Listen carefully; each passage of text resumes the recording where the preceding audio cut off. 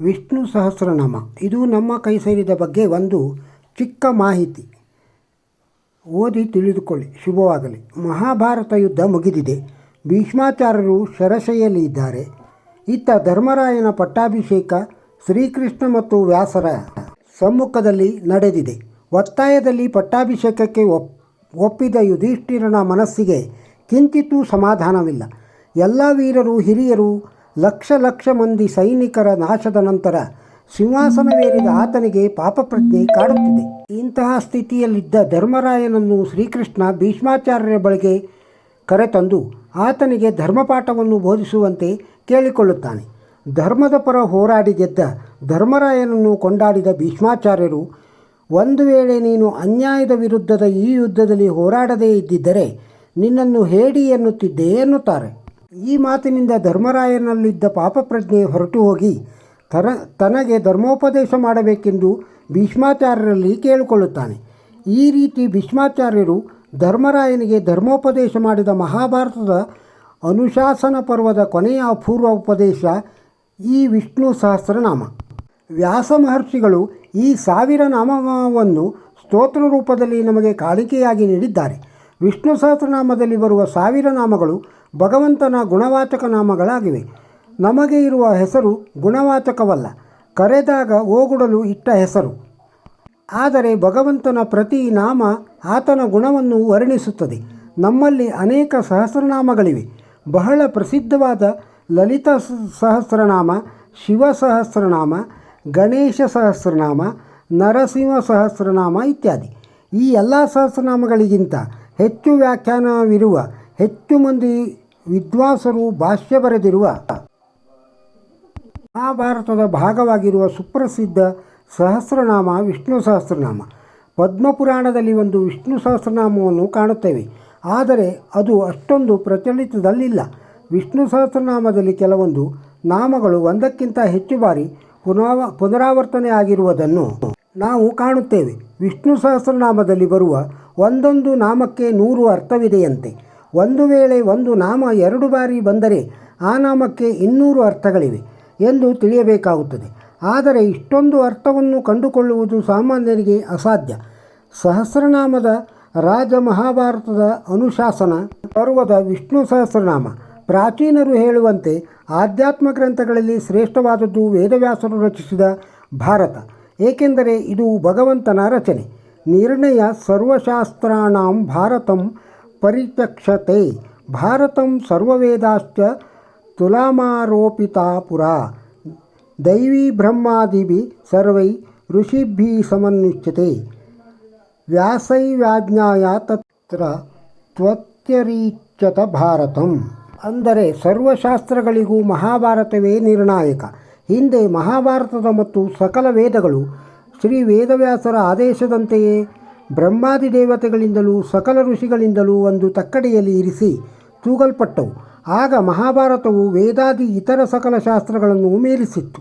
ಇಂತಹ ಮಹಾಭಾರತದ ಸಾರ 700 ಶ್ಲೋಕಗಳನ್ನೊಳಗೊಂಡ ಭಗವದ್ಗೀತೆ ಮತ್ತು 1000 ನಾಮಗಳನ್ನೊಳಗೊಂಡ ವಿಷ್ಣು ಸಹಸ್ರನಾಮ. ಮಹಾಭಾರತದ ಮಹತ್ತಾದ ಅರ್ಥದ ಭಾರವಿರುವ ಗ್ರಂಥ. ಅದು ಮನೋವೈಜ್ಞಾನಿಕವಾಗಿ ನಮ್ಮ ಮನಸ್ಸಿಗೆ ತರಬೇತಿ ಕೊಡುವಂಥ ಗ್ರಂಥ. ಪ್ರತಿಯೊಬ್ಬ ಮನುಷ್ಯನ ಒಳಗೆ ನಡೆಯುವ ಜೀವನ ಮೌಲ್ಯಗಳನ್ನು ಹೇಳುವ ಗ್ರಂಥ. ಇದು ನ್ಯಾಯ ಅನ್ಯಾಯ, ಧರ್ಮ ಅಧರ್ಮ, ಒಳ್ಳೆಯತನ ಕೆಟ್ಟತನಗಳ ನಡುವೆ ನಡೆಯುವ ಹೋರಾಟವನ್ನು ತಿಳಿಸುವ ಗ್ರಂಥ. ಮಹಾಭಾರತದಲ್ಲಿ ಬರುವ ಪಾಂಡವರ 7 ಪಾತ್ರಗಳು ಒಬ್ಬ ಮನುಷ್ಯನಲ್ಲಿರಬೇಕಾದ 18 ಗುಣಗಳನ್ನು ಪ್ರತಿನಿಧಿಸುತ್ತದೆ. ಧರ್ಮರಾಜ ಧರ್ಮ, ಭೀಮಸೇನ ಭಕ್ತಿ, ಜ್ಞಾನ, ವೈರಾಗ್ಯ, ಪ್ರಜ್ಞಾ, ಮೇಧ, ಧೃತಿ, ಸ್ಥಿತಿ, ಯೋಗ, ಪ್ರಾಣ ಮತ್ತು ಬಲ. ಅರ್ಜುನ ಶ್ರವಣ, ಮನನ ಮತ್ತು ನಿಧಿ ವ್ಯಾಸನ. ನಕುಲ ಸಹದೇವ ಶೀಲ ಮತ್ತು ವಿನಯ. ದ್ರೌಪದಿ ವೇದ ವಿದ್ಯೆ. ಶ್ರೀಕೃಷ್ಣ ವೇದವೇದ್ಯ. ಹೀಗೆ ಮಹಾಭಾರತದ ಪ್ರತಿಯೊಂದು ಶ್ಲೋಕ, ಪ್ರತಿಯೊಂದು ಪದ, ಪ್ರತಿಯೊಂದು ಅಕ್ಷರ ಎಲ್ಲಕ್ಕಿಂತ ಎತ್ತರದಲ್ಲಿರುವ 18ನೇಯವನಾದ ಭಗವಂತನನ್ನು ಹೇಳುತ್ತದೆ. ಭಾರತದಲ್ಲಿ 1,00,000 ಶ್ಲೋಕಗಳಿವೆ. ಅಂದರೆ ಒಟ್ಟಿಗೆ 32 ಲಕ್ಷ ಅಕ್ಷರಗಳಿವೆ. ಪ್ರತಿಯೊಂದು ಅಕ್ಷರ ಭಗವಂತನ ನಾಮಗಳಾಗಿದೆ. ಈ ರೀತಿ ಭಗವಂತನ ಗುಣಗಾನ ಮಾಡುವ ಪದಪುಂಜ ಮಹಾಭಾರತ. ಸಾಮಾನ್ಯ ಜನರಿಗೆ ಈ 1,00,000 ಶ್ಲೋಕವನ್ನು ತಿಳಿಯಲು ಕಷ್ಟವಾಗಬಹುದು ಎಂದು ಮಹಾಭಾರತದಿಂದ ಅಮೂಲ್ಯವಾದ 2 ರಸವನ್ನು ವೇದವ್ಯಾಸರು ನಮ್ಮ ಮುಂದೆ ಇರಿಸಿದ್ದಾರೆ. ಅದೇ ಭಗವದ್ಗೀತೆ ಮತ್ತು ವಿಷ್ಣು ಸಹಸ್ರನಾಮ. ವೇದಗಳಿಗೆ ಕನಿಷ್ಠ 3 ಅರ್ಥಗಳಿವೆ. ಮಹಾಭಾರತ ಶ್ಲೋಕಗಳಿಗೆ ಕನಿಷ್ಠ 10 ಅರ್ಥಗಳಿದ್ದರೆ ವಿಷ್ಣು ಸಹಸ್ರನಾಮದ ಪ್ರತಿ ನಾಮಕ್ಕೆ ಕನಿಷ್ಠ 100 ಅರ್ಥಗಳಿವೆ. ಈ ಕಾರಣಕ್ಕಾಗಿಯೇ ಪ್ರಾಚೀನರು ಭಗವದ್ಗೀತೆ ಮತ್ತು ವಿಷ್ಣು ಸಹಸ್ರನಾಮವನ್ನು ಅತ್ಯಮೂಲ್ಯ ಗ್ರಂಥವಾಗಿ ಪರಿಗಣಿಸಿದ್ದಾರೆ. ವೇದಗಳ ಸಾರವಾದ ಬೃಹತಿ ಸಹಸ್ರದಲ್ಲಿ 1,000 ಮಂತ್ರಗಳಿವೆ ಹಾಗೂ ಈ 1,000 ಮಂತ್ರದಲ್ಲಿ 72,000 ಅಕ್ಷರಗಳಿವೆ. ಈ 1,000 ಮಂತ್ರಗಳ ಸಾರವನ್ನು 1,000 ನಾಮಗಳ ರೂಪದಲ್ಲಿ ವೇದವ್ಯಾಸರು ನಮಗೆ ಕರುಣಿಸಿದ್ದಾರೆ. ಮನುಷ್ಯನ ಆಯಸ್ಸು 100 ವರ್ಷ. ಈ 100 ವರ್ಷಗಳಲ್ಲಿ 36,000 ಹಗಲು ಮತ್ತು 36,000 ರಾತ್ರಿಗಳಿವೆ. ಮನುಷ್ಯ ದೇಹ 72,000 ನಾಡಿಗಳಿಂದಾಗಿದೆ. ಈ ನಾಡಿಗಳಲ್ಲಿ 36,000 ನಾಡಿಗಳು ಎಡಭಾಗದಲ್ಲೂ ಮತ್ತು 36,000 ನಾಡಿಗಳು ನಮ್ಮ ಬಲಭಾಗದಲ್ಲೂ ಇರುತ್ತದೆ. ಈ ನಾಡಿಗಳಲ್ಲಿ ರಕ್ತ ಸಂಚಾರ ಸರಿಯಾಗಿ ಆದರೆ ಮನುಷ್ಯನಿಗೆ ಯಾವುದೇ ರೋಗ ಬರಲಾರದು. ಗಾಯತ್ರಿ ಜಪವನ್ನು ಸಾಮಾನ್ಯವಾಗಿ 1,000ದಂತೆ ದಿನಕ್ಕೆ 3 ಬಾರಿ ಮಾಡುತ್ತೇವೆ. ಏಕೆಂದರೆ ಗಾಯತ್ರಿಯಲ್ಲಿ 24 ಅಕ್ಷರಗಳಿವೆ. ಒಮ್ಮೆಗೆ 1,000 ಜಪ ಅಂದರೆ 24,000 ಅಕ್ಷರ. ದಿನಕ್ಕೆ 3 ಬಾರಿ ಅಂದರೆ 72,000 ಅಕ್ಷರ.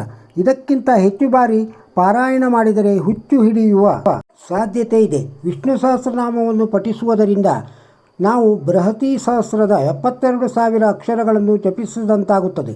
ಇದರಿಂದ ನಮ್ಮ 72,000 ನಾಡಿಗಳಲ್ಲಿ ಪೂರ್ಣ ಪ್ರಮಾಣದ ರಕ್ತ ಸಂಚಾರವಾಗುತ್ತದೆ.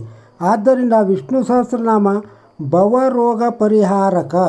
ನಿಮಗೆ ಈ ವಿಡಿಯೋ ಇಷ್ಟವಾಗಿದ್ದರೆ ಒಂದು ಲೈಕ್ ಕೊಡಿ, ಬೇರೆಯವರಿಗೂ ಶೇರ್ ಮಾಡಿ. ನಮಸ್ಕಾರ.